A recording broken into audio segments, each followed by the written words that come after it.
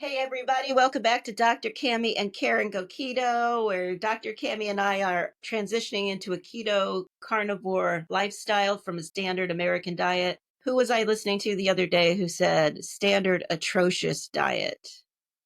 I don't know if that was Dr. Eid or if it was Dr. Lisa Wiedemann, but somebody said that's what the A stands for. Anyway, we are here to talk about our why we are carnivore. We're still cleaning up our act from going off plan.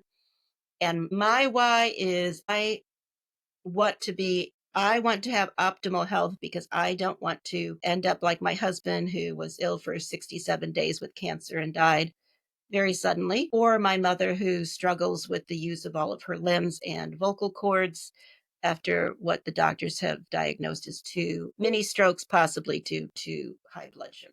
Cammie, what's your why? All right. So Karen and I, before we recorded, had a big discussion about my. Hold on a second. I can't even get it out. We were talking about my mouth moving, and it moves to eat, and it moves to say all kinds of weird things. My why is uh, hard for me to have to put into words initially.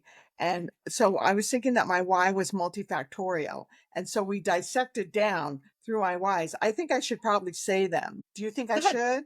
Sure. Yeah. So I started first saying that my why was multifactorial. And I said that the first one was health reasons, that I don't want to die. Another part of my why is superficial reasons. I want to look good for a son's wedding. Another part of my why is I want to feel and experience the journey of success. Like as I'm going through and losing my weight, I want to feel good about that and experience that journey of success. Or I want the world to see that I love myself and have overcome incredible obstacles, and that will motivate others to do the same. And that was the one that really got Karen, that Karen called my bullshit statement. And we'll get to that. And I want to move toward enlightenment and love, and also that I'm ready to do the hard effing work. And so we had a big discussion about this and what really my why is. And I think Karen's right. And Karen has been helping me try to get to this why for a long time. How long? How many months? Year? We don't have to look at the past. We are Okay, here. so We are we are. here, and the why is forthcoming. And the why is because I want to be thin. The why is that I want to be size 8 Cammie. And I have trouble with this why. I've had trouble in the past up until recently, as we say in neurolinguistic programming. I've had trouble with that why, but I'm really looking forward to living through that why. And there has to be, and so what your why does is your why motivates you, right? So like for instance, right now, I'm going to be over with my niece in an hour, and then we're going to go have some breakfast together, and we're going to probably go to a taco shop, and I can have some breakfast tacos and just scrape off, not eat the tortilla part. And I'm a little bit hungry now, but I'm just realizing that I can just wait, right? Like I don't have to eat anything now. It's okay for me to be a little bit hungry. It's okay for me to wait to eat. It's okay for me to fast. It's okay for me to want to be thin. It's okay for me to want to be up to this and to be okay with doing a little bit of the hard work, right? Because that's what you have to do. And I've done hard things before. And I remember when I was younger and I was pre-med and I couldn't watch Joe Montana play football. And that was really hard on me. But that's what I was up to, right? I was up to doing the hard work. So that's where my why is now. And we had lots of pages here. Part of my why is, part of my previous why was based so much on what other people think or what the world is doing or what's up to the, how are they thinking and feeling about me? And that's something that's not in my control. I can't control how people think and feel about me. That has nothing to do with my why or what I'm up to. Because if you do have that be a big part of your why, then you're going to always be disappointed.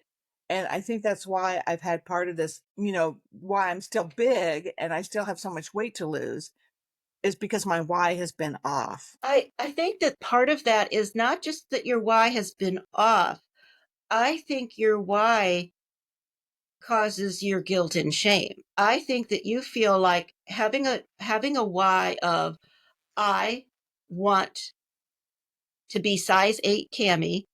And it's not like you're saying, I want to be size 8 Cammie, and if you're size 7 Cammie, you're going to be happy or unhappy, or you're size 9 Cammie, you're going to be unhappy or happy, right? It's not like the 8 is it's not the true thing. That's the shortcut, the signal to your brain to keep you eating on this transitional food, into this transitional lifestyle. What size 8 Cammie is size 8 Cammie is a woman whose body is much lighter, much less fat, probably even less muscle.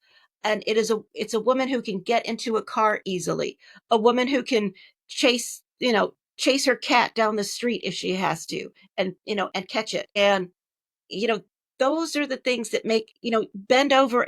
So many people don't realize their real why is they want to be able to bend over and tie their shoe or put their shoe on, because so many people just can't bend over and put their shoe on comfortably. Sometimes you bend over and you pee, or you bend over and you get heartburn, or you get, some sort of gastrointestinal, issue, because you're pushing too much weight on all the fat that's on your organs. Or Well, I was just going to say, I can't believe you're saying this because sometimes your arms are too short. Like my arms are too short. your arms are too short. My arms Cammie has are the shortest arms. my arms are anatomically short. So yesterday I went pool hopping with my girlfriend around her place. No, it was Friday. It was 2 days ago, up at the Lawrence Welk Resort. And we went pool hopping from pool to pool. And I did not like the way she set us up because we put shoes on. We put shoes on so that we could walk from pool to pool comfortably with the shoe support. And I wish I had done what I wanted to do, which was put my flip flops on and just walk from pool to pool with my flip flops, because I cannot reach my shoes easily. And so I was on a beach chair, right? I'm on a lounge chair at the pools, and I'm trying to get my shoes and socks on every time we go from one pool to another. My arms are short and my stomach's big, and my knees don't bend very well because of their replacements. And so I struggled every single time I had to put my shoe and sock on to go from pool to pool. And she didn't realize that I was going to do that. But every time I did it, I just remember thinking, Cammie, this is why you need to have your why. Because this, size 8 Cammie would not have a hard time putting her shoes on, even if she had her short arms, even if she had her knees that didn't bend very well. She wouldn't have the stomach in the way. She'd probably have more flexibility and more ability to reach. She wouldn't have a hard time doing that. And I was okay with it. The thing that was nice was that I didn't beat myself up over it. I said, okay, well, it is what it is. What are you going to do in this moment? What decision are you going to make? What are you going to eat on the way home? What are you going to eat when you get home? Yeah, and a lot of people talk about the carnivore diet as being diet that eventually your brain will shut off the food noise. Oh, that's weird. We still heard your Sorry. cough. We still heard your cough, which was weird. So, well, maybe the mute still goes through the thing a little. So you're because that's what most people talk about, is not most people, but many people who have binging issues. We don't have echo cancellation on, and that's probably what it is. Oh, maybe that's it. So they get silent, that they're not thinking about the next meal, right? They're not. And why would you? If you eat carnivore, especially if you follow beef, bacon, butter, and eggs, all you know is you're going to eat beef, bacon, butter, or eggs. Not hard to figure out what the next meal's going to be. So that's one thing. But the other thing is, I'm sorry, when size 8 Cammie is, not just a person who can move easier, right? It brings back different things, like shopping becomes fun because you can wear different. If shopping and wearing fashionable clothing is something that you're interested in, it becomes more enjoyable because there's much more open to you the possibility of what's fun to wear, fun to buy. So, and I think that a lot of people, they just have an experience sometimes of being on an airplane and needing an extender, right? The seatbelt extender, and that's enough right there to say, whatever it is, I'm changing it. I'm never going to experience the embarrassment of having to ask for an extender. I've seen people talk about that. So for me, I'm witnessing in my own family how people's health can just deteriorate. And we don't know what's going on inside of my body, right? I do not have diabetes, according to, diabetes is uncontrolled blood sugar. My blood sugar's under control. Do I have cancer in there? Who knows? It doesn't seem to be, I don't have any symptoms. My husband didn't really seem to have any symptoms. So, but I do have cravings. I do crave sugar. I do have some inability to control those desires once they get, once I start eating to stop. And I also uh the procrastination that that's one of the things that I suffer from. And I can tell that it comes back when I start to eat off plan. My brain is not as clear. So will my brain Focused. right. And I have a history of a lot of sugar, and I was raised as a child of the 60s, 70s, and 80s of fast food and that sort of thing. So I'm not starting with the best setup in my body. So who knows? I could become a stellar athlete. I've never been athletic. I've never been athletic. Maybe after I'm carnivore for a year, I'm out there being a stellar athlete. What I can tell you is my commitment. I showed a little skin in the catwalk. I'm going to be taking videos on a regular basis in some sort of more revealing, just so you can see, because I don't know, I probably weigh about 150 pounds right now. But my goal is to be at least 125 pounds or around there. And that would be my guesstimate. But I want, especially women our age. My mother used to say she could never lose weight because she had babies, and that she would never have, she could never be thin because she had two babies. And I'm like, well, Mom, I know a lot of people that have two babies and they're a lot thinner than you. This is, decades ago. My mom is now 86 years old and she weighs 85 pounds. Believe me, she is very thin, and she's on a ketogenic diet. We're trying to get her carnivore, and we are trying to get her to gain weight because, we think she's too thin. But that's just funny how life is, right? She said she'd never be thin and she's thin again. Oh, and it's all because of her diet. It's not because she exercised. It's, she just, from her strokes, the inability to swallow has, reduced.